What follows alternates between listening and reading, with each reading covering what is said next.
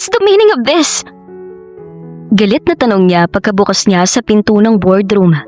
Napatingin sa kanya ang lahat ng naroon at halo-halo ang nababasa niya sa mga mata ng mga ito habang nakatingin sa kanya. May mga tingin na tila naaawa. Merong tila pinagtatawanan siya at meron namang tila walang pakialam at gusto na matapos ang pinagmimitingan ng mga ito. Hindi mo ba natanggap ang memo na ibinigay ko sa sekretary mo? Malamig na tanong ng kanyang daddy. That's why I'm here. How could you do this to me, Dad? Hindi mo ako pwede basta-basta nalang tanggalin sa posisyon ko bilang CEO ng Villapuerte Empire. Kuyom ang kamaong singhal niya rito. Ako pa rin ang chairman ng kumpanyang ito at kaya kitang tanggalin at palitan kung gugustuhin ko.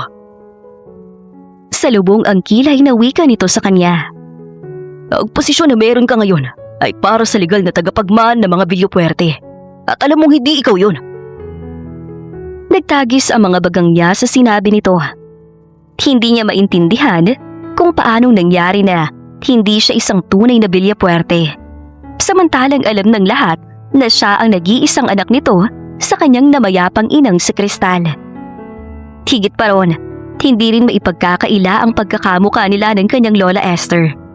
Yun din ang dahilan kung kaya't naibuhos sa kanya ang buong atensyon ng buong angka ng Villapuerte at itinilaga siyang tagapagmana ng buong Villapuerte Empire. Lumaki siya sa marangyang mundo ng kapangyarihan, impluwensya at mataas na reputasyon ng angka nila. Ngunit hindi rin yun naging madali sa kanya dahil malaki ang expectation ng tao sa kanya. Sa mga lumipas na taon at nang umupo siya bilang CEO ng Villapuerte Empire, ay ginawa niya ang lahat ng makakaya niya para patunayan ang kakayahan niya at ipakita sa lahat na karapat-dapat siya sa posisyong ibinigay sa kanya.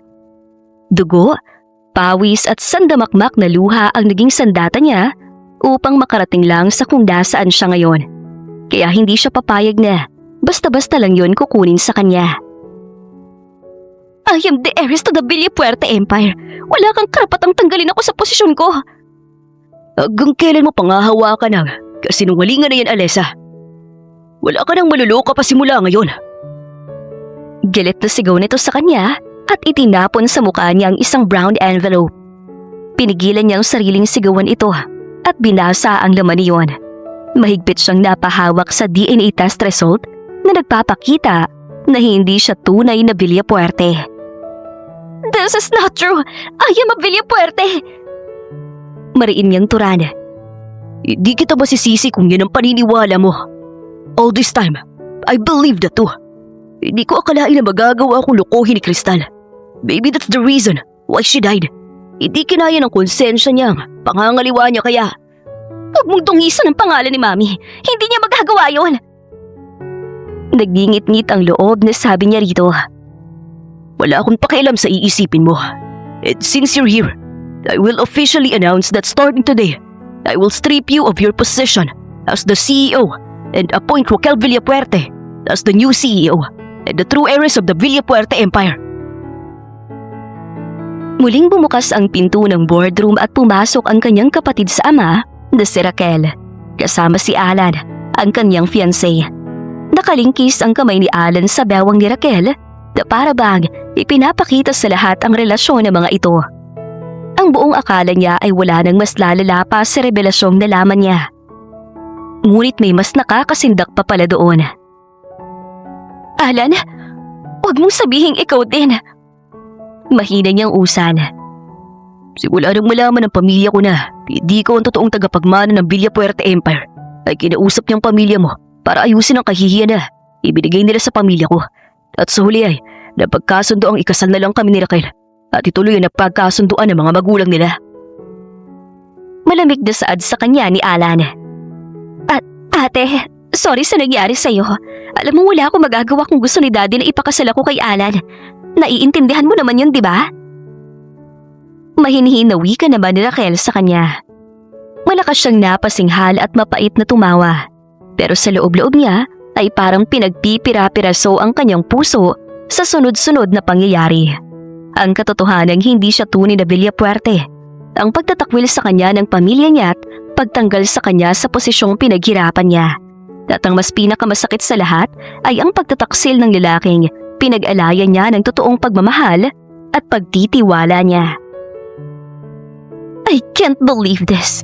Is this really how you want to do this? Sigurado ka na ba sa desisyon mong to, Dad? O since sa inyo na rin galing na hindi niyo ako anak, wala na rin akong karapatang tawagin kang Dad, right? That's right. Hindi kita anak. Kaya wala akong karapatang tawagin akong ama mo. Simula sa araw na ito, tuluyan na kitang tatanggalin pa sa angkan ng mga Villapuerte. Isa kang kahihiyan na. Hindi ka dapat na magdala sa apelidong Villapuerte. Dumagundong ang boses nito sa loob ng boardroom.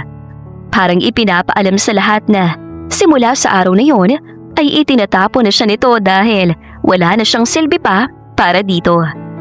Mariin niyang naikuyom ang mga kamao at taas na unyang nilabanan ito ng tingin. Huwag mo sanang pagsisihan ang ginawa mong to sa akin. Kung inaakala mo na luluhod ako at magmamakaawa na tanggapin niyo ulit ako, nagkakamali ka. Baka nakakalimutan mo na kung hindi dahil sa akin ay hindi lalawak at magiging successful ang Villapuerte Empire. Sa tingin mo, hindi ko ulit magagawa yun sa ibang kumpanya? Nakangising wika niya rito.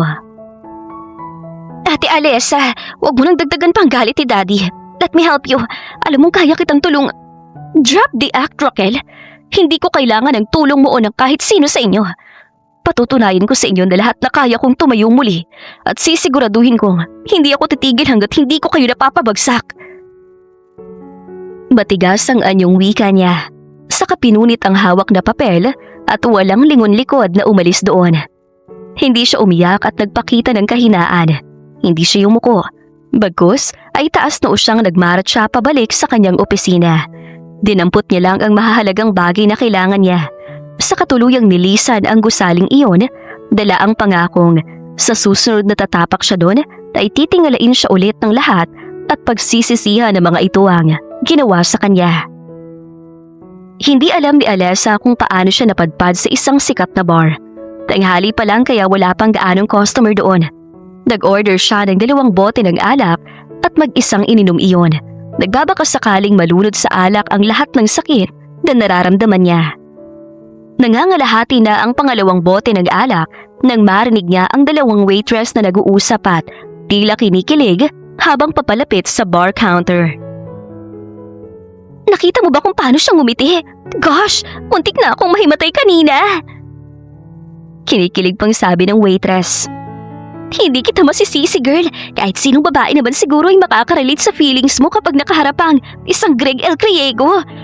Too sad, hindi niya mapapansin ang mga katulad nating dukha. Natatawang wika pa ng isa. Tinungga niya ang alak na nasa kanyang baso at bumaling sa 2 waitress. Tell me, saang room ko matatagpuan si Greg El Criego? Tanong niya. Natigilan ang 2 waitress at nagkatinginan sa isa't isa. Halatang hindi inaasahan ang pagtatanong niya.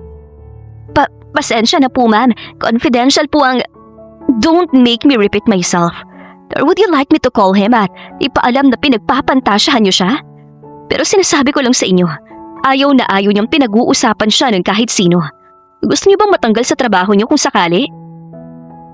Nakangisi niyang wika at nagkunwaring kinuha ang phone at nagdial ng numero. Sorry po, ma'am.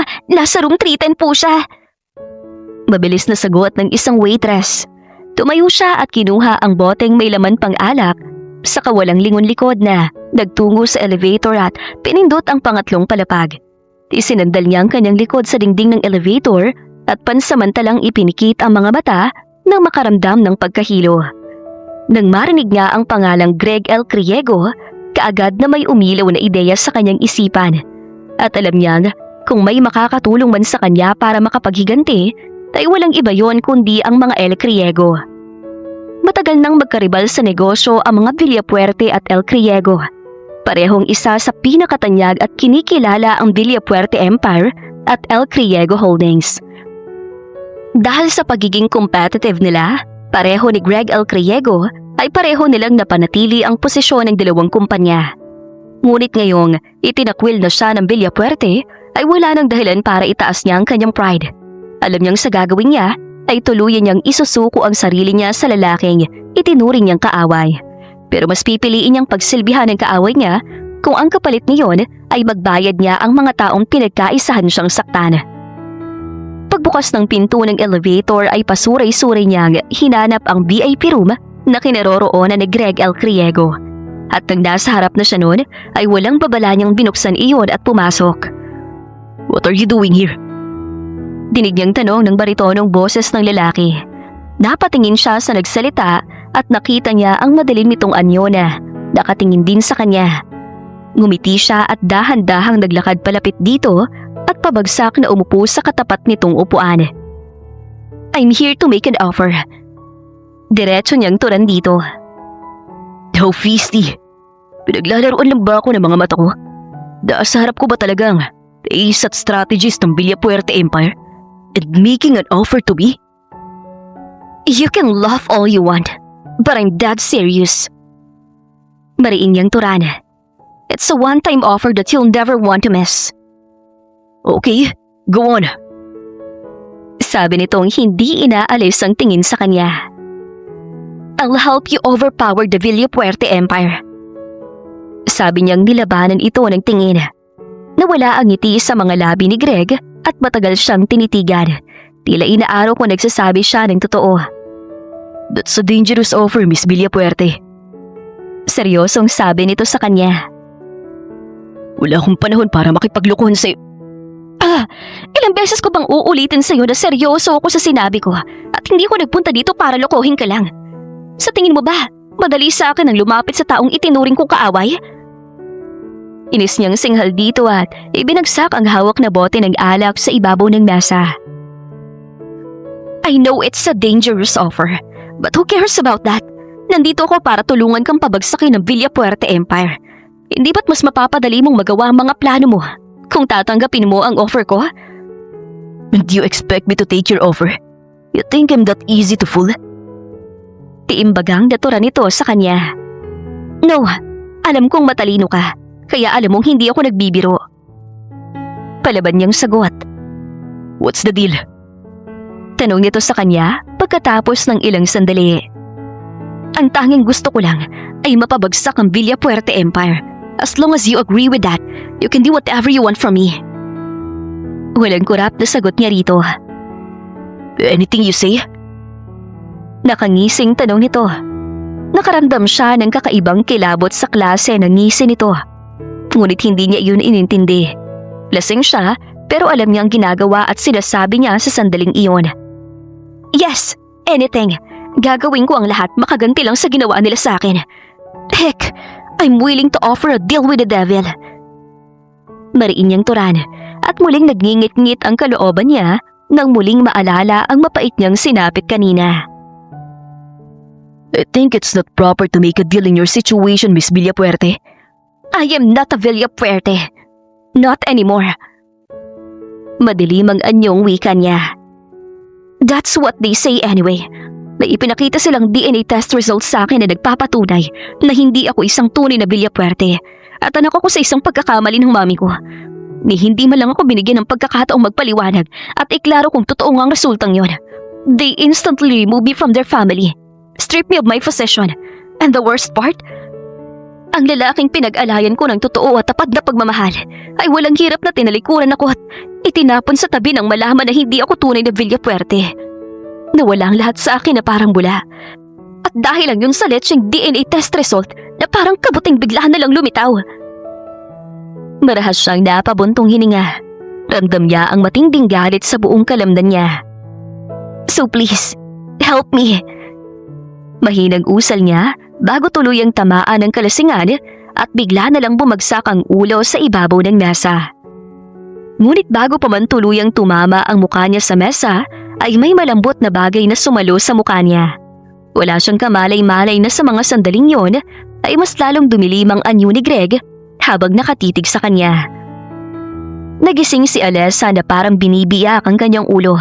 Agad na nanunuot sa kanyang balat ang malamig na buga ng aircon. Maya-maya pa ay napabalikwas siya ng bangon at namimilog na tiningnan ang kanyang kabuuan. Saka lang niya napansin na wala siyang kahit anong saplot sa katawan. "Oh my God! What did I..." Bago pa maya na ituloy yung sasabihin, ay narinig niya ang pagbukas ng pinto at saka lang bumalik sa kanyang mga nangyari bago siya nawala ng malay. Good timing. Gising ka na. Balak na sana kitang gisingin para kumain. It's already past midnight. Sabi ni Greg na may dalang tray na puno ng pagkain.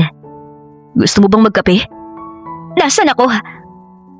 Tanong niya na inilibot ang paningin sa kabuuan ng malawak na kwartong iwan. Sa bahay ko. Didala kita dito pagkatapos mo mawala ng malay dahil sa matinding kalasingan mo. Do you know what you made me do, Alessa? I'm sorry. Hindi ko sinasadya na bigla na lang mag-blackout sa harap mo. Nahihiyang sabi niya rito. Hinigpitan niya ang hawak ng kumot na nakatakip sa walang saplot niyang katawan nang lumapit ito sa kanya. Wala namang nangyari sa atin, di ba? Nag-aalangan niyang tanong dito. Lihim niyang pinakiramdaman ang sarili niya at wala naman siyang maramdamang kakaiba sa katawan niya. Gayunpaman ay gusto pa rin niyang makasiguro. Don't worry, hindi ko gawaing galawin ng isang babaeng walang malay. Sagot nito at inilapag ang pagkain. Iiwan ko dito ang pagkain mo. Kumain ka muna bago ka kumilos para hindi lumabig ng sopas na niluto ko. Mabili ka na lang na pwede mong suotin. I bought some clothes for you. Sabi nito na itinuro ang ilang paper bags na nasa tabi ng pinto. Oh, okay, thanks. Sabi niyang hindi makatingin ng diretso dito. Sa study office lang ako. Kapag natapos ka maligo, pwede mo akong puntahan.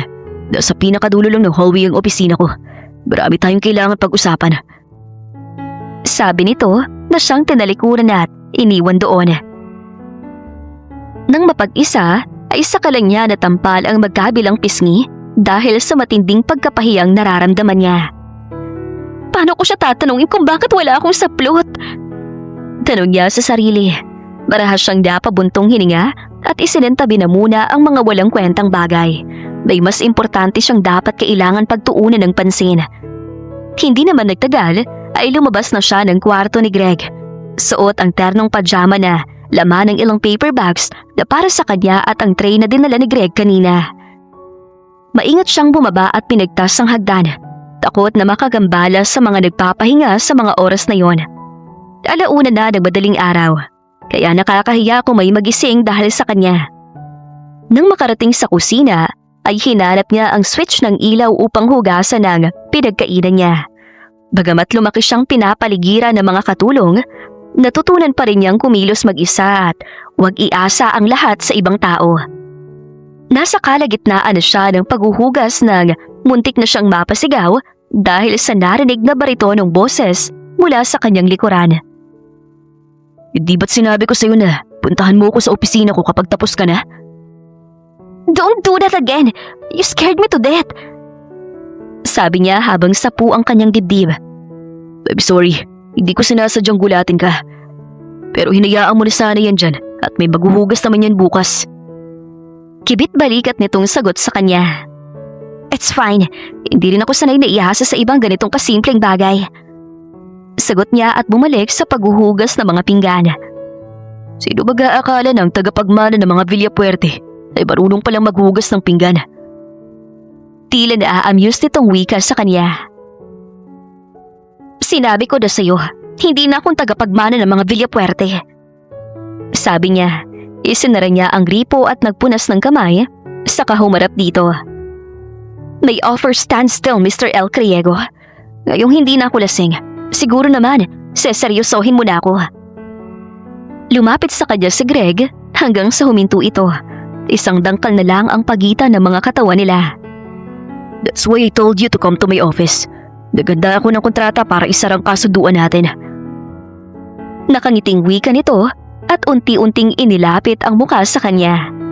Kaagad siyang nag-iwas ng tingin at iniharang ang dalawang kamay sa dibdib nito. You're too close. Pwede naman tayong mag-usap na hindi ganito kalapit. Utal niyang wika rito at itinulak ito palayo sa kanya. Lumayo ito sa kanya at nagulat siya nang masuyo siya nitong hilahin palabas ng kusina. Napatitig siya sa kamay nitong nakahawak sa kanya. Hindi siya kumibo at tahimik lang na sumunod dito hanggang sa makarating sila sa study room nito. Sit there, kukunin ko lang ang kontrata. Sabi sa kanya ni Greg. Pinitiwan nito ang kamay niya at lihim siyang nakahinga ng maluwag dahil kahit papaano ay kumalma ang kanyang puso. Umupo siya sa mahabang sofa na naroon at hinintay itong makalapit sa kanya. Sa isip niya ay tinatanong niya kung anong klaseng kontrata ang gusto nitong pirmahan niya. Totoo nga ang nakalap niyang impormasyon tungkol dito. Wala itong tiwala sa mga taong nakapaligid dito. He always had his guard up at everything. Hindi niya rin ito masisisi dahil kahit siyang nasa lugar nito, ay yun din ang gagawin niya. Lalo pat isang kaaway ang nakikipagsundo sa kanya. Dear, sign these documents. Basahin mo muna bago mo pirmahan para alam mong papasukin mo sitwasyon. And of course, pwede ka pa rin umatras kung ayaw mo. Sabi ni Greg at inabot sa kanyang ilang dokumentong dala-dala nito. Saka ito umupo sa tabi niya. Nanlaki ang mga mata niya na makita niya ang malalaking letra sa unang pahina ng dokumento. Marriage contract? You want me to marry you? Gulat niyang wika at napalingon dito. Yes, kailangan ko ng lifetime insurance na hindi ka tatalikod sa usapan natin. Besides, hindi ba't kinamumuhian mo ng apelido mo yun? Would it be the best revenge for you to take my last name? Nakangising wika ni Greg at nakakaloko pang isinandal ang likod sa malambot na sofa. Ilang saglit niyang tinitigan ang hawak na dokumento. Tama ang sinabi ni Greg. Sa oras na lumabas ang balita na ikinasal siya sa isang El Criego, ay pag-uusapan niyo ng lahat at ang unang magre-react ay natitiyak niyang ang pamilyang tumalikod sa kanya. Dinampot niya ang sign pen na inilapag ni Greg at walang kurap na pinirmahan iyon. Pag-uwi pinasadahan niya ang ilang pahina bago isa-isang pinirmahan din yon. Nang matapos ay ibinigay niya iyon kay Greg. It's done. Sana naman sapat na patunay ito na hindi kita tatalikuran pagkatapos ng lahat ng to. Mariin niyang wika. Sure, I'll do anything in my power to avenge my wife. Nakangising wika nito at bigla siyang hinapit. At sa isang iglap lang ay muli siyang nakakulong sa mga bisig nito. Now, let's seal the deal. Anong ibig mong sabihin? Nanlaki ang mga mata niya at nanigas ang katawan niya nang maramdaman ang mga labi nitong lumapat sa mga labi niya. Sa umpisa ay dampi lang yon. Ngunit nang magtagal ay unti-unti yung naging mapusok at marubdob. Sinubukan niyang itulak ito palayo. Ngunit nang maalala na simula sa oras na yon ay asawa na siya nito at ang pangako niyang gagawin niyang lahat na gusto nito, ay nagpaubaya siya at pikit matang tinugon iyon. Sa pagkakataong to ay alam niyang wala na siyang magagawa kundi panindigan ang nagawa niyang desisyon at isipin ang pagsasakripisyo niyang iyon ay kapalit ng kasunduang pabagsakin ang buong angka ng mga Villapuerte.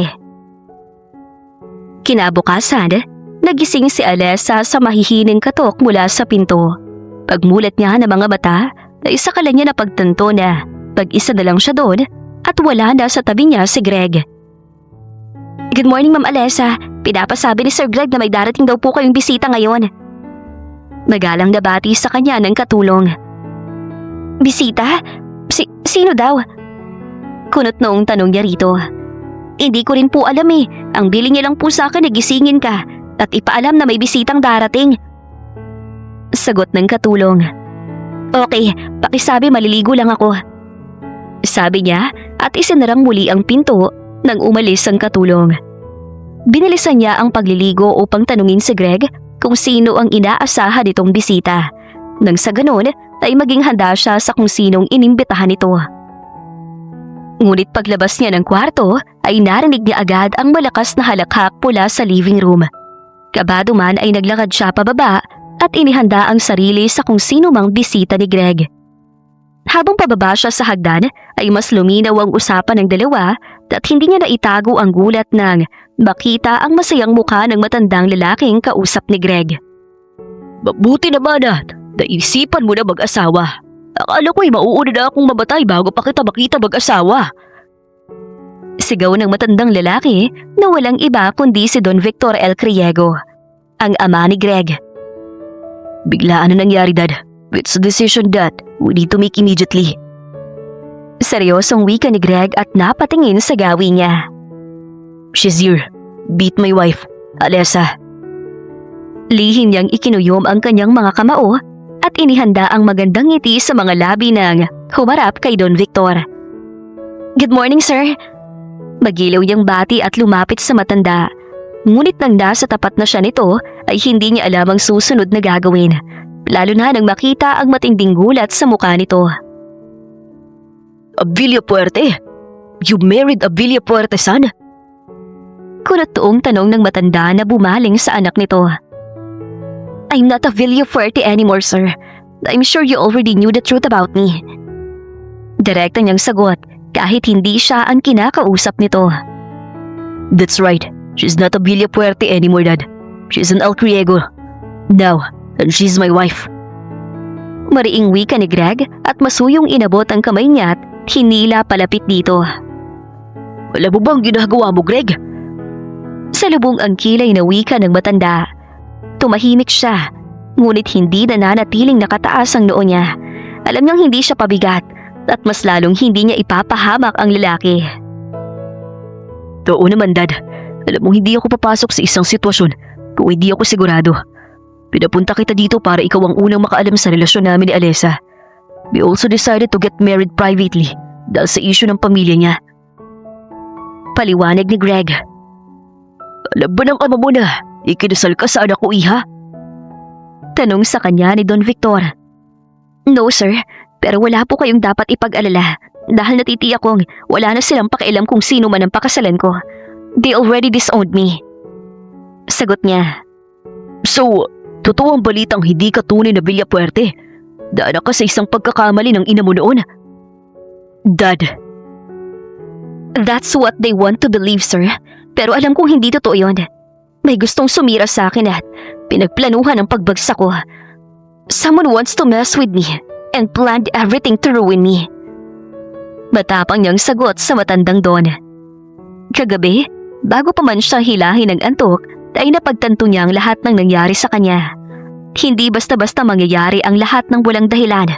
At ang una niyang naisip na rason kung bakit biglang lumitaw ang peking DNA test result na yon ay dahil sa nalalapit niyang pag-take over ng posisyon ng kanyang ama bilang chairman ng Villafuerte Empire at ang paglilipat sa kanya ng kalahati sa lahat ng assets ng buong Villafuerte. And what exactly do you want from my family? Salubong ang kilay na tanong sa kanya ni Don Victor. Wala akong ibang kailangan sa pamilya ninyo, sir, kundi ang kooperasyon ni Greg sa plano kong pagpapabagsak sa Villafuerte Empire. Hindi ko kailangan ang kayamanan niyo kung yun ang inaalala niyo. Kaya kong buhayin ang sarili ko na hindi umaasa sa ibang tao. Tinanggalan lang nila ako ng mana, pero hindi ibig sabihin niyon ay tuluyan na akong babagsak. Mariin niyang sagot. Matagal siyang tinitigan ni Don Victor. Tila inaaraw ang katotohanan sa mga sinabi niya. Alam niyang wala siyang dapat ipangamba dahil totoo ang lahat ng sinabi niya. Nandun siya para sa iisang goal niya. At iyon ay pabagsakin ang mga taong trumaydor sa kanya. Mas makakabuti sa kanya kung wala siyang itatago sa mag-amang El Criego. Lalo pat alam ng mga ito ang pamilyang pinanggalingan niya. At ang napakatagal na panahong rivalry ng pamilya nila sa mundong ginagalawan nila. Well, wala naman akong karapatan na makialam sa relasyon ng anak ko. Alam niya kung anong pwedeng mangyari nang pakasalan ka niya.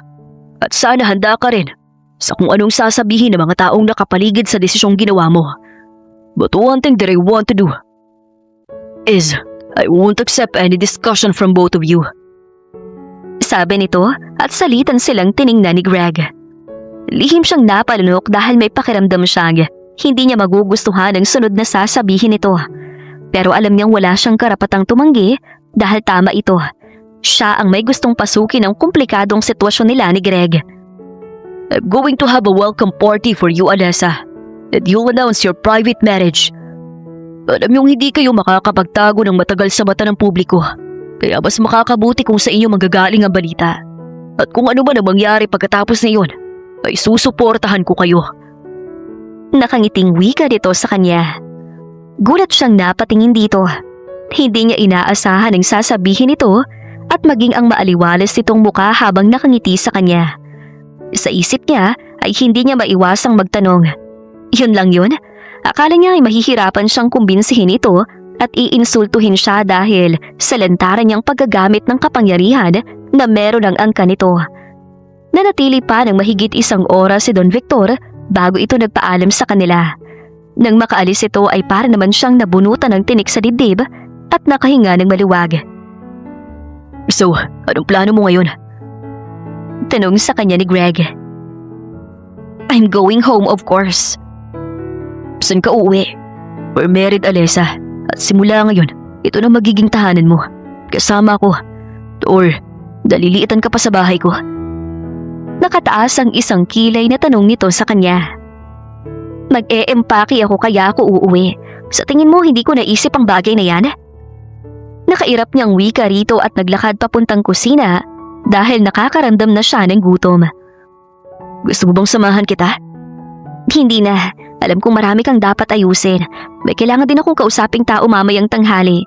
Kaya baka hapon na rin ako makabalik. Sagot niya rito. Okay, use one of my cars. Kung kailangan mo ng tulong sa pag-iimpake, magsama ka ng isa sa mga katulong at driver ko para di ka masyadong mahirapan. And one more thing, give me your phone. Sabi nito. Ha? Bakit? Paano ka tatawagan kung hindi ko alam ang contact number mo? Sabi nito sa kanya. Ibinigay niya rito ang phone niya at naglakad papuntang refrigerator para tingnan kung anong pwedeng iluto. Napansin niyang walang nakahandang pagkain, kaya ang hula niya ay hindi kumakain ng almusal si Greg. Ma'am, may gusto po ba kayong kainin? Mabilis na tanong ng isang katulong na kakapasok lang sa kusina. It's okay, kaya ko magluto ng pagkain ko. Bumalik ka na lang sa ginagawa mo. Nakangiting wika niya habang may dalang 3 itlog. Inilabas din niyang tasty bread at nagsimulang gumawa ng simpleng almusal. Someone is calling you. Narinig niyang wika ni Greg. Your fiancé. Kasual na sagot nito. Turn it off. Sabi niyang hindi nag-abalang lingon nito. Ngunit natigilan siya at mabilis na napalingon nang marinig itong nagsalita. Hello? What are you doing? Singhal niya kay Greg. Who the hell are you? Narinig niyang tanong ni Alan sa kabilang linya. Bakit hawak mo ang phone ni Alessa? Where was she? Bakit kayo magkasama? Aagawin niya sana ang phone niyang hawak ni Greg, ngunit bago pa man siya makalapit, hinarang na nito ang kamay nito sa kanya upang hindi siya makalapit dito. Why are you calling her? Di ba't hiwalay na kayo? You're engaged to her sister already. Malamig ang boses na tura ni Greg. Pa, sinasabi ko na nga ba't may itinatagong kating babaeng yan? Are you her secret lover? Gayong nakipaghiwalay na ako sa kanya, ay lantaran na niyang ipinapaalam ang pagiging malandi niya. Go to hell, Alan! Huwag mong ipasa sa akin ang kawalang-hiyan mo! Hindi niya napigilang singhal sa dati niyang fiancé. Narinig niya ang nakakainsultong pagtawa ni Alan sa kabilang linya, kaya mas lalong tumindi ang nararamdaman niyang inis ng mga sandaling yon. Kung makapagsalita ka, parang may ipinagmamayabang ka pa rin hanggang ngayon. Bakit? Gaano ba kayaman yung secret lover mo? At kung makaastakay, parang pag-aari mo pa rin ang mundo. Gusto mo bang ipaalala ko ulit sa'yo na wala ka nang ipagyayabang pa sa akin? Oh, paano kung sabihin ko sa'yo na kayang ibigay ng secret lover ko ang mundong tinutukoy mo? At ipapaalala ko lang din sa'yo, kaya ko pa rin ipagyabang ang sarili ko sa kahit na kanino dahil kailanman hindi ako oportunista at manlolokong katulad mo. Sabi niya, saka malakas na sinipa ang paa ni Greg. Sa gulat nito sa ginawa niya, nabitiwan nito ang phone niya, bumagsak iyon at kaagad na pinulot. Nakita niyang ongoing pa rin ang call kaya muli siyang nagsalita. Ito na ang huling pag-uusap natin. Huwag kang umasang makikipag-usap pa ako sa iyo sa susunod nating pagkikita dahil wala akong panahon para sa mga basurang oportunistang katulad mo. Hindi na niya tinapos pang pakinggan ang sasabihin nito at kaagad na tinapos ang pag-uusap nila. Mabilis niyang blinak ang number nito. Saka muling humarap kay Greg na nakabusangot ang muka at halatang hindi nagustuhan ang kanyang ginawa. It's your fault. Sino ba nagsabi sa'yo na pakialaman ang phone ko? Salubong ang kilay na wika niya. Saka walang babalang tinalikuran nito at ipinagpatuloy ang ginagawa niyang pagluluto ng almusal. I'm sorry. Hinging paumanhin ni Greg, pero hindi siya nag-abalang lingunin ito o kibuin. Nagpatuloy siya sa pagpiprito ng itlog. Sumama ang mood niya, hindi dahil sa pangingialam nito, kundi dahil sa tawag na iyon ni Alan. Tapos na sila at malinaw nitong sinabi yun sa kanya kahapon. Pero kung makapagsalita ito at makapagtanong, ay para bang siya itong unang nagloko. Pasalamat talaga siya at wala ito sa harapan niya. Dahil kung nagkataon, ay baka masipa niyang bayag nito sa sobrang gigil na nararamdaman niya. Iniwanan siya ni Greg at tahimik naman siyang nag-almusal mag-isa. Pagbalik niya sa kwarto ni Greg ay nakita niya itong nakahanda na para umalis. Tahimik naman niyang nilapitan ng mga paper bag na binili ito para sa kanya, para mamili ng susuotin niya sa pag-alis niya doon. Galit ka pa rin ba? Untag ito sa kanya. Hindi basta-basta humuhupa ang galit ko. Not until I get my revenge. Mahinang usal niya. So are you plotting revenge for me too, huh? Very well then. I'll wait for my punishment later. Nakakalokong wika nito. Natigilan si Alessa sa narinig at parang ginapangan ng kakaibang kilabot ang buo niyang katawan sa kapiliuhan nito. You misunderstood me. Hindi na niya naituloy ang sasabihin niya dahil naglakad na ito palapit sa pinto. Please call me kung ano oras ka makakauwi, okay? Sabi pa nito bago tuluyang lumabas. Marahas siyang napabuntong hininga habang nakatingin sa saradong pinto. Parang may kumikiliti sa puso niya sa kapiliuhan nito. Pagkamat hindi yon ang unang pagkakataon na makarinig siya ng ganoong biro, ay para namang yun ang unang beses na nakaramdam siya ng kakaiba na hindi niya naramdaman kay Alan.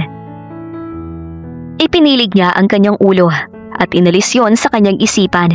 May mga kailangan siyang dapat intindihin kesa sa mga ganong bagay. Pagkatapos niyang maligo at makapagbihis, ay bumaba na siya para umalis.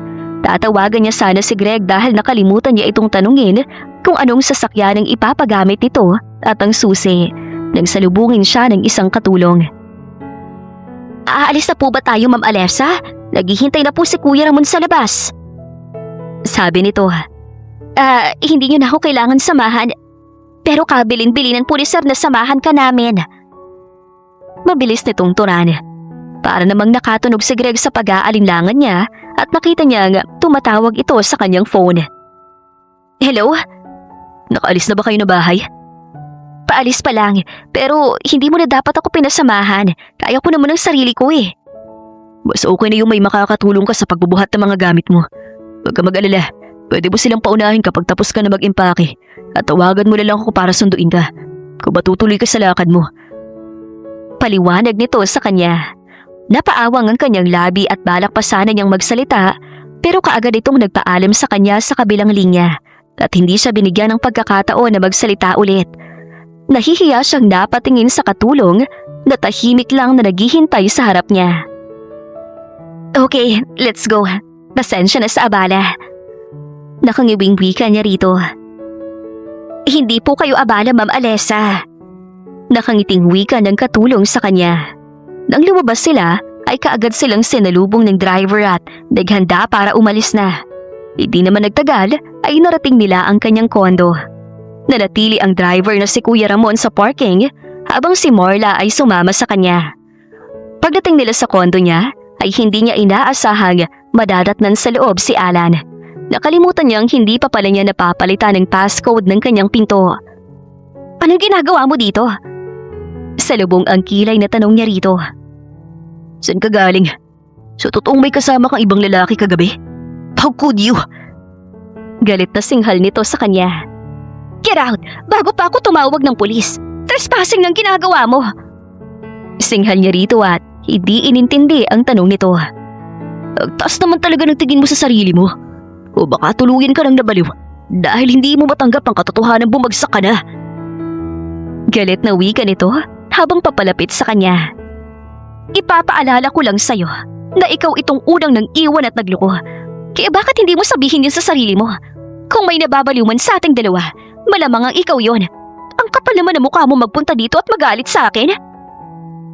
Nanggigigil na singhal niya rito. Nang akma siya nitong hahawakan ay malakas niyang sinipa ang paa nito. Dumagundong sa kabahayan ang malakas nitong pagmumura, pero hindi siya nagpatinag at matapang na nagsalita. Kung inaakala mong tatahimik lang ako at yuyuko sa isang tabi dahil sa nagawa niyo akong pabagsakin, pues nagkakamali ka. Maghintay lang kayo at enjoyin niyo hanggat kaya ninyo. Nakangising wika niya rito.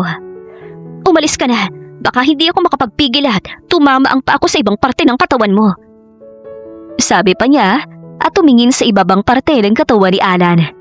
Nakita niyang mabilis sa pagbabago ng kulay ng mukha nito.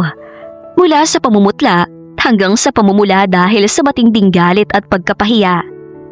Hindi pa tayo tapos, Alyssa. Sisiguraduhin kong pagsisisihan mong lahat ng to. Galit na asik nito sa kanya bago pa ika-ikang umalis.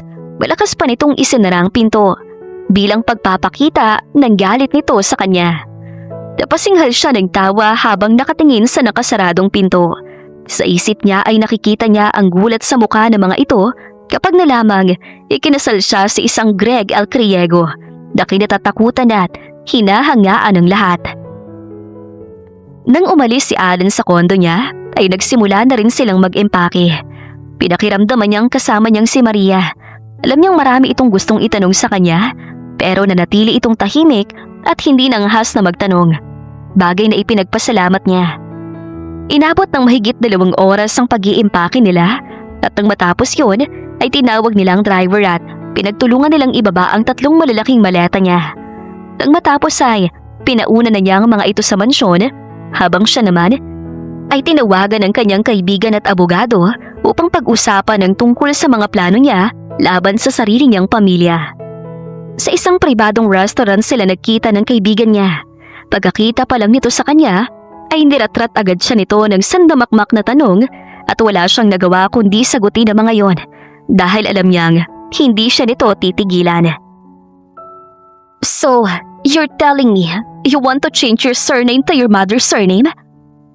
Tanong ni Isha sa kanya. Oo, total itinakwil na din naman nila ako at ipinagdidiinan na hindi ako tunay na Villapuerte. I'm sure walang magiging problema kung sakali, right? Tanong niya rin dito. Madali lang ang pagpapalit ng apelido mo. Lalo pa at ibinodcast na ng ama mo ang tungkol sa pagkatao mo. Pero paano kung tamang hinala mo na peke yung DNA test result? Ngumisi siya. Hindi ko nakasalanan yung kung naging tanga sila. Sa oras na lumabas ang buong katotohanan, hindi ba't mas magandang paghihiganti ang malaman nilang hindi ko nadala-dala ang ipinagyayabang nilang apelido? Thanks God, I'm one of your friends. Kung hindi ay baka maranasan ko rin ang kalupitan mo. Natatawang tura nito sa kanya. Anyways, I'll do your request as soon as possible. Thank you, Isha. Nakangiting wika niya rito. Huminto sila sa pag-uusap nang dumating ang pagkain nila. At habang kumakain, ay naramdaman niya ang mga matang nakatingin sa kanya. Bagamat kaunti lang ang customer na mga oras na yon, ay hindi pa rin siya nakaligtas sa mga mapanghusga at nangungutyang tingin ng mga tao. That bitch really knows how to ruin you, ha? Nabasa mo na bang recent interview niya? Walang ibang lumalabas sa bibig niya, kundi puro katoksika na at paninira sa'yo. Ipinagyayabang niya rin ang pagmamahalan kuno nila ng kanyang fiancé at ang nalalapit nilang kasal. Sabi nito na malakas pang napasinghan. It's alright. The more she spouts nonsense, the more she loses face later. Simpleng tugon niya rito. Okay ka lang ba talaga, Alyssa? Sa dami na nangyari sa'yo sa loob ng isang araw. Kung ako nasa kalagayan mo, ay malamang bumigay na ako at gumagawa ng paraan para itamang lahat ng kasinungalingan nila. Nag-aalalang wika nito sa kanya. Huwag kang mag-alala, okay lang ako at mas lalong wala kang dapat ipag-alala sa akin dahil nakahanda ng plano ko para pabagsakin sila. Nakangising ang wika saka nagpatuloy sa pagkain. Hindi naman nagtagal at nagpaalam na sila sa isa't isa. Hindi niya tinawagan si Greg kagaya ng bili nito sa kanya at sumakay ng taxi papunta sa mansyon nito. Pagdating niya doon ay wala pa ang lalaki. At dahil naroon naman na ang mga gamit niya, ayun na lang ang pinagkaabalahan niya. Pagsapit ng 5:00 ay nakatanggap siya ng tawag mula kay Greg. Sinabi niyang nasa bahay na siya, kaya mabilis din itong nagpaalam sa kanya. Pagdating naman ni Greg ay wala na siyang sinayang na panahon Lalo pat ayaw siyang tantanan ni na Alan at Raquel na wala yatang ibang ginawa kundi ang magpa-interview at ipaalam sa mundo ang relasyon ng mga ito. Ang pagkakatanggal at pagtakwil ng ama niya sa kanya. May mga natatanggap siyang text messages sa tawag mula sa iba't ibang media reporters para interviewin siya. Pero lahat ng yon ay inignora niya. "Here," sabi niya at inilapag sa ibabaw ng mesa ni Greg ang 2 flash drive. Nasa study room sila ni Greg at seryosong pinagpaplanuhan ang plano niyang pabagsakin ang mga Villapuerte. Nakapaloob sa isa sa mga flash drive na yan ang lahat ng ginawa kong drafts para sa mga upcoming proposals ng Villapuerte sa mga multi-billionaire investors globally. Habang ang isa naman ay mga suspected slush funds and rare information from Villapuerte empires. I'm still investigating it. Nabigla na lang mangyari ang lahat kaya hindi pa ako sigurado kung totoo nga ang nabalitaan ko. Seryosong turan niya rito. Patagal nitong tinitigan ang 2 flash drive. Pagkuway tumingin sa kanya. "Bukas ay i-release na ng PR ang tungkol sa relasyon nating dalawa. Aside from that, ipapadala na rin ang mga invitations para sa welcome party na pinaplano ni Daddy. In short, you need to face the public with me." Sabi nito. "Okay, tell me what I should do." Sabi niya rito. "Just be yourself. Alam kong alam mong gagawin mo sa oras na humarap ka sa publiko." Kibit balikat nitong Turan. "At tungkol naman dito sa mga binigay mo, ibibigay ko sa iyong kailangan mong suporta para maisagawa ang plano mo. Pagkatapos ng welcome party ay isasama na kita sa kumpanya at magtatrabaho kasama ko. You will have the position of an executive marketing strategist." "Thank you." Simpleng tugon niya rito. Hindi siya nag-e-expect ng mas mataas na posisyon. Ang importante sa kanya ay ang maisagawa niya ang mga plano niya ng walang kahirap-hirap. Bukas ay magsisimula na ang plano niyang paghihiganti. Hindi na siya makapaghintay pang makita ang mukha ng mga ito kapag nalamang ikinasal siya sa rival company ng kanyang pamilya. Kinabukasan ay sabay silang umalis sa bahay ni Greg at dumiretso sa kumpanya nito. Pagdating naman doon ay hindi niya napigilang kabahan. Lalo pa at lahat ng nadadaanan nilang mga empleyado ay mataman siyang tinititigan at nagbubulong-bulungan. "This is not your official day of work. Dinala lang kita dito para malaman ng lahat na totoong relasyong meron tayo. Pagkatapos marilis ang balita, sa labas tayo magla-lunch kasama si Daddy. May gusto ka bang kainin mamaya?" Tanong ni Greg sa kanya nang makarating sila sa opisina nito. "I'm fine with anything." Simpleng tugon niya at naglakad papunta sa mahabang sofa na naroon. "If that's what you say, I'll call my dad." Sabi naman ito at naglakad papuntang desk nito. Nagkaroon ng katahimikan ng buong opisina at dahil hindi niya rin alam kung ano ang sasabihin dito, ay inabala na lang niya ang sarili sa pag-scroll ng kanyang social media accounts. Natigilan siya na makita ang post ni Raquel at isang kakaibang ngiti ang sumilay sa mga labi niya nang may ideyang umilaw sa kanyang isipan. Greg, nakapagpa-reserve ka na ba ng lugar kung saan tayo magla-lunch?" Tanong niya rito. "Yes, it's in Risotto's Diner, an Italian fine dining restaurant. Why?" Oh, nothing. That's a good choice then." Nakangiting wika niya. Hindi niya alam kung alam nitong naroon din ang pamilya niya o coincidence lang ang lahat. Ganun pa man, masaya siya at inihanda ang pagharap nilang muli ng kanyang pamilya. Lalo pat, anumang oras ay lalabas na ang balitang ikinasal siya kay Greg L. Criego. Inaasahan na ni Alessa na sasabog ang kanyang notification sa oras na lumabas ang balita ng pagpapakasal niya kay Greg. Ngunit hindi niya inaasahan na tatawagan siya ng kanyang ama at ng lolo niyang nasa Spain sa mga sandaling yon. Wala siyang nagawa kundi patayin ang kanyang phone dahil sa sunod-sunod na pagtunog niyon. Habang si Greg naman ay walang tigil sa pakikipag-usap sa phone nito. Di pinapaliwanag ang tungkol sa kanilang relasyon habang ang iba naman ay tinatanggihan itong kausapin. Pagsapit ng 11:00 ay umalis na sila. Hindi na siya nagulat nang paglabas nila ng gusali. Maraming media reporter ang nag-abang at nagbabaka sakaling makausap si Greg.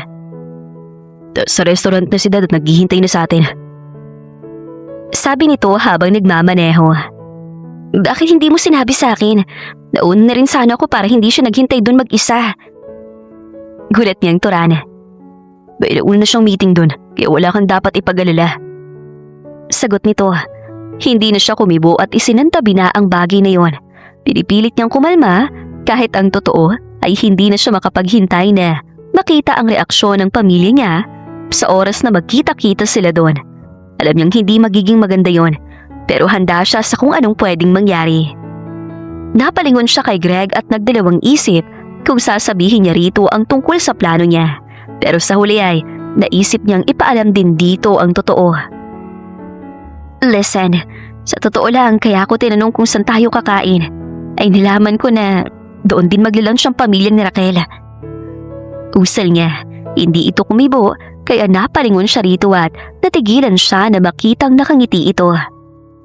I know, my dad already told me that your family has a reservation there too. They are not my family anymore. You're right, so kung ano man ang gusto mong gawin sa kanila mamaya, just go on, I'll be at your side. Nakangiting wika nito sa kanya. Napatitig siya kay Greg at hindi niya maikakailang. Nakaramdam siya ng mainit na haplos sa kanyang puso sa sinabi nito. Pagdating nila sa restaurant ay maingat siyang inalalayan ni Greg. Hindi nito binitiwan ang kamay niya hanggang sa makapasok sila sa loob. Good morning, Mr. El Criego. This way, please. Nakangiting bati sa kanila ng manager na nakaabang na sa pagdating nila. Thank you. Walang ngiting wika ni Greg. Natuon sa kanila ang atensyon ng mga naroon. Lahat ay halatang hindi maitago ang paghanga sa kasama niya, habang inggit at pangungutya naman ang makikita sa mata ng mga babaeng napapatingin sa kanya. Pagdating nila sa third floor ay saka lang siya nakahinga ng maluwag dahil wala na ang mga batang na ayaw siyang tantana ng mga mapanghusgang tingin. Ngunit bago pa man sila makarating sa VIP room, kung nasaan si Don Victor, ay narinig na niya ang boses ng kanyang ama. Alessa, you ungrateful bitch! Paano mo nagawang pakasalan ng isang kaaway? Nababaliw ka na ba? Malakas na sigaw ng kanyang ama habang papalapit sa kanya. Hindi na ako kabilang sa pamilya niyo, kaya labas na ako sa away niyo. Hindi ba't ipinamukha niyo sa lahat na itinapon niyo na ako dahil sa isang DNA test result? Mariing niyang wika rito. Wala kang utang na loob. Kami pa rin na nagpalaki sa'yo. Singhal nito sa kanya. Kung utang na loob din naman ang pag-uusapan natin, hindi pa ba sapat na kabayaran ng ilang taon kong pagpapakahirap na mapalaki ang negosyo niyo? Alam ng lahat na kung hindi dahil sa akin, ay hindi ladawak ang impluensya at kapangyarihang sakop ng Villapuerte Empire. Taas noong wika niya rito. Ate, paano mo nasasabi ang bagay na yan kay Daddy? He's still our father! Sabad naman ni Raquel na bigla na lang sumulpot. Kasama nito si Alan na madilim ang anyo at halos patayin siya sa talim ng tingin nito sa kanya. Malakas siyang napasinghal ng tawa at nagkibit ng balikat. Hanggang ngayon ba'y umaarte ka pa rin ng ganyan? Come on, nakuha mo ng lahat ng gusto mo. Nakangising niyang Turan. Anong ibig mong sabihin? Sabi nitong kunwang nasaktan sa sinabi niya. Hindi ko alam na ganyan ang tingin mo sa akin, ate. Hindi mo lang alam kung paano ko pinilit si Daddy na pabalikin ka sa kumpanya at huwag tanggalan ng mana. Pero dahil sa ginawa mo ngayon, paano ko pa magagawa yon? Di ba't sinabi ko na sa'yo na nasa loob ang kulo ng babaeng yan? Hindi siya karapat dapat sa awa mo, honey. Habang katulad niyang malalandi, ay gagawin ang lahat para lang hindi mawala ng yaman. Sino ay inoportunista sa ating dalawa? Nangiinsultong wika naman ni Alan sa kanya. Napangisi siya at balak na sanang magsalita. Ngunit inunahan na siya ni Greg. We're wasting our time here. Let's go. Malamig na tura nito at hinapit ang bewang niya. Okay, sorry for the trouble. Sabi niya rito. Huwag kang bastos, Alessa. Hindi pa tayo tapos mag-usap. Galit na singhal ng kanyang ama. Huwag mong sagarin ang pasensya ko. Or else... Or else what? Putol na wika ni Greg. Ramdam ni Alessa ang biglang paglamig ng temperatura ng paligid nila. Maging ang nakakatakot na aura ni Greg ay naghatid ng kakaibang takot sa mga kaharap niya. May I just remind you all that I am Alessa's family now, her husband. At hindi ko hahayaan na Bastusin niyo siya ng ganito. This is my final warning. Sa susunod na harasin niyo ang asawa ko, hindi ako mangingiming, demanda kayo. Matalas na pagbabanta nito sa pamilya niya. Let's go, wife. Baling nito sa kanya at tuluyan siyang inilayo doon. Ngunit hindi niya akalain na ang pagkikita nilang yon ay gagamitin ni Raquel para mas lalong sirain siya. Hindi lamang sa publiko, kundi pati sa buong angka ng mga El Criego. Nag-araw na yon ay pinag-usapan nila ang tungkol sa gaganaping welcome party. Sa susunod na linggo ay nakatakdang mangyari yon at halos malula siya sa dami ng inimbitahan ni Don Victor para sa okasyon na iyon. At ang araw din yon ay kumalat ang isang video tungkol sa naging pagtatalo nila ng kanyang pamilya. At kahit hindi niya alamin kung saan galing yon, ay alam niya kung sino ang nagpakawala niyon. Mas lalong nasira ang kanyang reputasyon. Kumalat ang napakaraming bansag sa kanya sa social media. Gold digger, malanding oportunista, manggagamit, at ang pinakamalala ay ang mga salitang like mother, like daughter. Ngunit katulad ng mga nagdaang paninira sa kanya, ay nanatili siyang tahimik at hindi nag-abalang bigyan ng pansin ng mga ito. Sa mga sumunod na araw, ay inabala niya ang kanyang sarili sa pag-iipon ng impormasyon na magagamit niya para tuluyang mapabagsak ang mga Villapuerte at ilabas ang totoong kulay ni Raquel at ang nabubulok nitong lihim na pilit itinatago sa lahat. Alam niyang walang bahong hindi umaalingasaw at habang mas matagal itong nakatago, mas lalo itong nabubulok. At kapag dumating ang oras na yon, ay natitiyak niyang lalagapak sa lupa ang mukha nito at pagsisisihag, kinalaban siya. Bago pa man dumating ang araw ng welcome party para sa kanya, ay tinawagan na si Alessa ng kanyang kaibigan at sinabing na-approve na ang request niyang baguhin ang apelido niya. "Who called you early in the morning?" Tanong ni Greg na kagigising lang. Lumapit ito sa kanya at hinapit siya sa bewang. Napangiti siya at nilingon ito. Sa nagdaang mga araw ay nakapagtatakang naging malapit silang dalawa ni Greg. At kung siyang tatanungin ay malaki ang naging tulong ng ginawang paninira sa kanya ni Raquel. Naging mas malambing ito sa kanya at uuwi na laging may dalang bungkos na bulaklak o pagkain na gusto niyang kainin. "It's my friend. Ibinalita niya sa akin na simula ngayon ay hindi na ako isang Villapuerte." Sagot niya. "Well, you're not a Villapuerte anymore since you married me, right?" Sabi nito at mas lalong humigpit ang yakap sa kanya. "Yeah, pero hindi yun ang ibig kong sabihin. I mean, starting from now, gagamitin ko ng apelido ng mami ko at sa mga magiging anak ko kung sakali." Sagot niya. "So you're really that serious about getting rid of it, ha? Paano na lang kung malaman nilang buong katotohanan at ipilit ang apelido nila sa'yo?" "Too bad for them. Hindi ako yung tipong binabalikan pa mga taong tinalikuran ako." "They'll take note of that. I will never go back on you." Sabi nito at ibinaon ang mukha nito sa balikat niya. Humarap siya rito at matagal itong tinitigan sa mukha. "Hanggang ngayon ay hindi ko pa rin alam kung bakit pumayag ka pa rin sa alok ko. Pero kahit ano pa man yun, tatanawin ko pa rin na malaking utang na loob ang pagtulong mo sa akin." Seryosong wika niya rito at hinaplos ang mukha nito. "One day, malalaman mo rin kung bakit. But not for now. Marami ka pang dapat gawin at unahin. Pero ito lang ang lagi mong tandaan. I choose you because I want you." Sinserong sabi nito. Ngiti lang ang naging tugon niya rito. Maya-maya pa ay sabay na silang bumangon at nagkanya-kanya ng asikaso sa mga dapat nilang gawin. Pumasok na ito sa opisina habang siya naman ay umalis para magsukat ng damit na susuotin niya sa pa-welcome party ni Don Victor. Nang matapos ang pagsusukat niya ng damit, ay binisita niya naman ang ospital na pinagmula ng DNA test result na ipinakita sa kanya noon ng kanyang ama. At kagaya ng inaasahan niya, ay walang ganoong result sa record nila. It was a forged DNA test result, a manipulated one. Pero dahil sa magaling umarte ang kanyang kapatid, ay napaniwala nito ang lahat. "Is Dr. Agustin available right now?" Nakangiting tanong niya sa receptionist na kausap niya. Mabuti na lang at natandaan niya ang pangalan nito bago niya punitan ang test result na ipinakita sa kanya noon. "I'm sorry po, pero on vacation pa po siya ngayon at next month pa po ang balik niya. Isa rin po ba kayo sa mga may pending appointment sa kanya?" Tanong nito sa kanya. "No, May kailangan lang ako sa kanya. Oh, by any chance, are you Miss Villafuerte, ma'am? Tanong sa kanya ng receptionist. Panandalian siyang natigilan at nakangiting tumango. Yes, I am. Sagot niya at lihim na nagdiwang dahil mukhang nakikiayon sa kanya ang panahon. Saglit lang po, may ibinilin po kasi siya sa amin na ibigay daw sa inyo kapag nagpunta kayo dito. Nakangiting wika nito sa kanya at bahagya siyang iniwanan. Hindi namang tagal ang babae at kaagad na bumalik.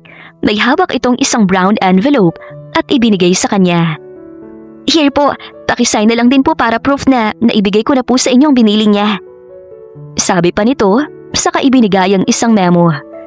Nakita niya ang pangalan ni Raquel sa memo at walang kahirap-hirap na ginaya niya ang pirma nito, saka siya masayang nagpaalam. Dala-dala na ang brown envelope na ibinigay sa kanya ng receptionist. Hindi niya alam kung ano yon, pero may hinalan na nabubuo sa isip niya. At kung hindi siya nagkakamali, ay isa na yon sa mga ebidensyang magagamit niya para hubarin ang maskarang suot ng inaakala niyang kapatid niya.